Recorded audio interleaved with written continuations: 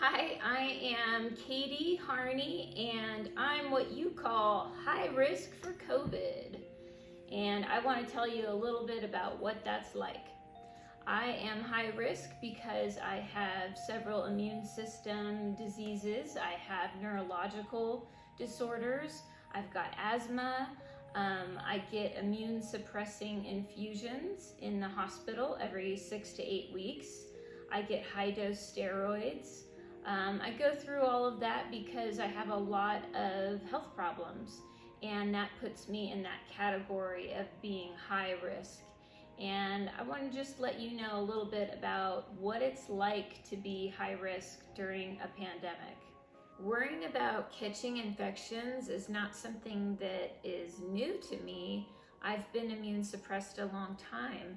I've been wearing masks a long time.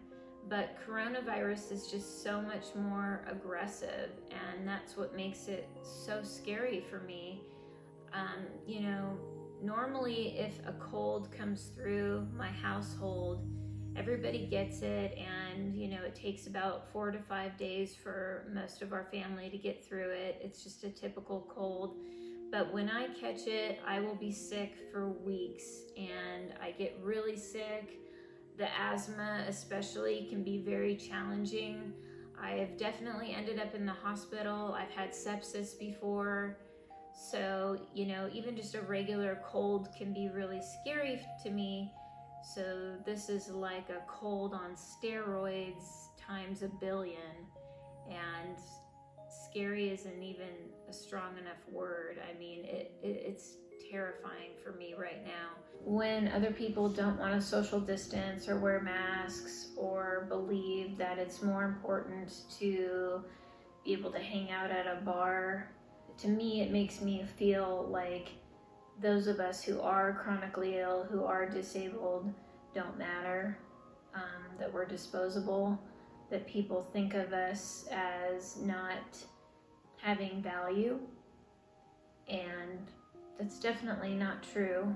You really can help somebody who's high risk by wearing masks and social distancing, maybe even offering to do their groceries or something so they don't have to leave their home.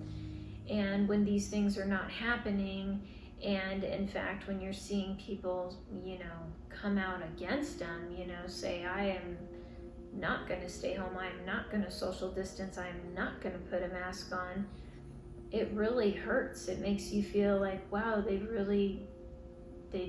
don't see me, they don't care about me, they don't value my life. I had finally gotten to a point in my life where I was proud of every part of me. I was proud of the fact that I was a chronic illness warrior.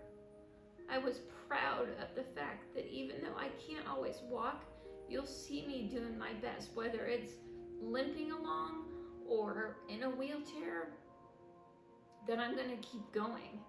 And then COVID came along. And all of a sudden I was just surrounded by so much hate. Like, people have actual hate for those who are high risk. And I'm a mom, my kids need me here. But the fact of the matter is, there are times I will have to leave my house. And now with it getting to the point where I have to be able to pay bills, my businesses have been closed for so long, I will end up having to go back out into the workforce, and I will have to work. I need the rest of you to wear masks and social distance, because I'm going to be out there with you. I'm going to be out there trying to provide for my family amongst you.